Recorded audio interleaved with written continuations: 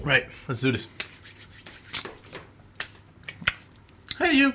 Star Wars is a weird thing, isn't it? It's this gigantic multi-billion-dollar franchise, and still everybody is like, I don't know if I like it. There's no general consensus on Star Wars is good or Star Wars is bad. So with today's video, I wanted to explore that a bit. I want to make sure that people who have never seen Star Wars, who are watching this video and aren't really Star Wars fans, that I can explain why it's difficult to make other people Star Wars fans, because we don't know where to start. And other people who've seen Star Wars or are Star Wars fans, I hope by the end of this you can find something that you agree with me on, or if you don't agree, just let me know. Let me just start with naming which Star Wars properties there are right now and the order in which they're in. Because there's a bunch of them. You probably heard of the Mandalorian because that's the big thing right now, but where on the Star Wars timeline is it set? You don't know. I know, because yeah, I'm making the video. Starting all the way in the beginning, we have the first trilogy, the original trilogy. That's the whole centerpiece of Star Wars. Everything around this is based on those three movies, and if you look at the timeline, it's right in the middle. It's smack dab in the middle. You have the first one, Star Wars, or later renamed to Star Wars A New Hope, Empire Strikes Back, and Return of the Jedi. Most of these are seen as really good movies. Empire Strikes Back is in most Star Wars fans' eyes the best that Star Wars has ever been. Everything else just tries to be Empire Strikes Back. So that's in the middle. Then George Lucas decided, oh, I want to expand my story, I want to build a bit on the character of Darth Vader. I'll make a new trilogy around that character, and I'm gonna make it the prequels. So we have Phantom Menace, we have the other one, Attack of the Clones, and you have the best one, Revenge of the Sith. These movies aren't great in my opinion. You'll notice that's the point I'm gonna make later on. A bunch of people's opinions on Star Wars properties depends on when they were born. So we have the prequels, we have the sequels, and then Disney in 2011, 2012 decided to buy Star Wars, and they are like, alright, we're gonna make 3 sequel movies. So Force Awakens, The Last Jedi, the one nobody likes to talk about, but that's still canon, so Rise of Skywalker. Then Disney made 2 other Star Wars movies that were randomly placed inside of that timeline. We have Rogue One, that takes place right before A New Hope. And you have Solo, which also takes place between Revenge of the Sith and A New Hope. Right, so that's a bunch of stuff, and that's just the movies. We haven't talked about the TV shows yet.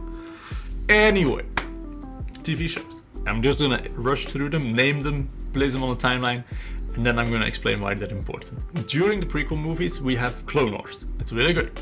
Then, during the original trilogy, we have Star Wars Rebels, which starts before the original trilogy and ends after it. And the new show, which we're all watching, Mandalorian, Baby Yoda, takes place right after the original trilogy and before the sequel trilogy. Now, why is being a Star Wars fan so difficult? I'm gonna just put in red every single one of the movies that aren't great movies. Look, we love Star Wars. It's a great vessel for great stories, but when it comes to the movies, people are like, yeah, they're not great. They're not really great. So we gotta make do. There's a bunch of Star Wars people that are like, yeah, this is great. I love this. And there's a bunch of Star Wars people that are just saying the exact opposite. Coming back to the point I made earlier about different Star Wars generations loving different Star Wars media. Star Wars is pretty simple in that way. If you grew up with the prequels, most people are prequel fans. If you grew up with the sequels, those people aren't old enough yet to have a voice on the internet, so everybody hates the sequels right now. That's the thing I'm trying to say. People who grew up watching the original trilogy love the original trilogy, and they are grown-ups. They have the longest time yet on the internet to be original trilogy made. Best shit ever. People who grew up with the prequel trilogy are starting to grow up right now, are my age, and we found the internet. We're becoming YouTubers. And then people who love the sequels can't do that yet because they're physically that difference in generation and that huge generational gap makes it difficult for people to discuss Star Wars properly, because not only are you talking to a person that loves movies that you don't like, you're talking to a person that's way younger than you most of the time, just statistically. So people don't get along.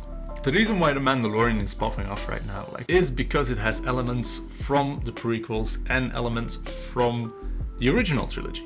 The thing I feel strongest about right now with Star Wars is the story is only as good as the through line that the creators have in their head, right? This is not true for only Star Wars, this is true for every piece of media.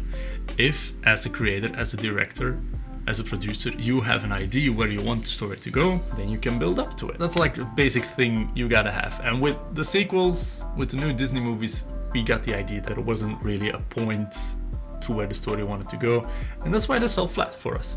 There's a bunch of creators in Star Wars right now that do love the source material and that are in power and that created some of the best stories in Star Wars. The best stories in Star Wars aren't found in the movies, and that is why it's difficult to convince new people to come into Star Wars, because you have these great stories with these great characters buried underneath a whole lot of stuff that's not that great. It's so vast and it's so expansive and it's such a whole universe where you can just be like, there's potential for all these stories, and I can get excited every single time a new Star Wars piece of media gets announced because I know there's potential.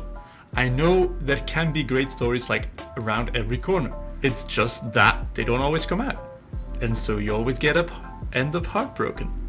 I hope I explained myself a bit clearly right now, and I hope you guys understand a bit why I like Star Wars and why I think you should like Star Wars too. If you have any questions, send me a message. Find me on Twitter. Find me on Instagram. Send me a message. Where should I start? Either what should I watch first? I will answer. But the answer is watch the original trilogy first, then the prequels, then the sequels, then watch Clone Wars. Yes. And then Mandalorian. Wait with Mandalorian. Mandalorian is great, but just hold off on it. It's dessert.